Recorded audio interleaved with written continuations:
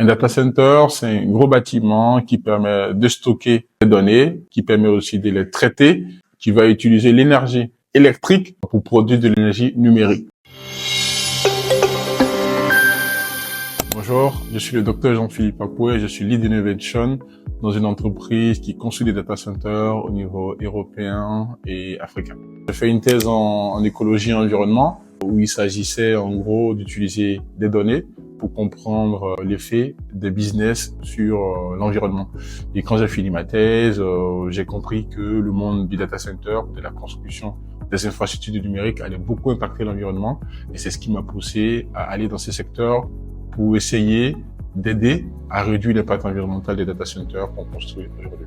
L'évolution du monde de la construction des data centers, je la vois en 3 niveaux. Premier niveau, c'est la pression environnementale. Aujourd'hui, on sait que le changement climatique n'est pas un conte de fées. Les effets sont visibles. Il y a aussi le développement de la technologie, avec en premier lieu l'intelligence artificielle et ce qu'on appelle aussi le edge computing. Et au final, il y a aussi tout ce qui est géopolitique et pression réglementaire. Donc, il faut avoir des qualités de compréhension des sujets complexes, des capacités aussi de travail en équipe, parce que construire un data center, c'est être le pont entre les acteurs de l'énergie, parce qu'il faut de l'énergie pour construire des data centers, être aussi dans le monde du BTP, parce que les data centers, c'est aussi des maisons qu'on construit.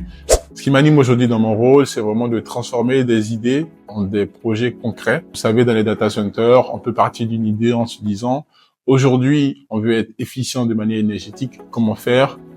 Et si on mettait les serveurs dans de l'eau pour refroidir, et si on mettait les serveurs dans de l'huile pour refroidir, et derrière, on va commencer à monter des projets de recherche et de développement, et au final, on a un prototype qui nous permet de refroidir le data center dans le bain d'huile, une technologie qu'on appelle l'immersion cooling. Donc, quand on parle d'une idée et qu'à la fin, on a une réalisation concrète, ça m'anime au quotidien et ça me permet de savoir que grâce à ce que je fais, on pourra demain utiliser un data center pour un hôpital pour traiter des patients avec le dossier patient.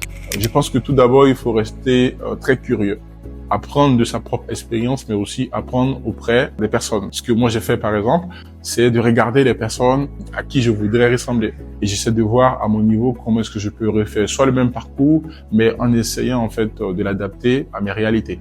Aussi, essayer de s'engager. Donc, s'engager dans des associations, s'engager dans des causes qui tiennent à cœur, parce que ça permet de préparer en parallèle la carrière qu'on veut. Là, je vous parle, nous sommes en 2025, où je suis le secrétaire général et le président du comité de pilotage d'une association qui s'appelle Elite, qui rassemble près de 300 cadres, 6 pays, avec 9 clubs, donc des projets sur le numérique, dans le mentorat. Donc tout ça, ça me permet de façonner ma manière de travailler et d'agir aujourd'hui au quotidien. Après, il faut être aussi très ambitieux, parce que c'est un secteur qui est très très technique, donc on a besoin d'une expertise. Si je me suis certifié, c'est parce que des données sont stockées quelque part et c'est dans un data center. Et si vous arrivez à poster sur LinkedIn, c'est grâce au data center.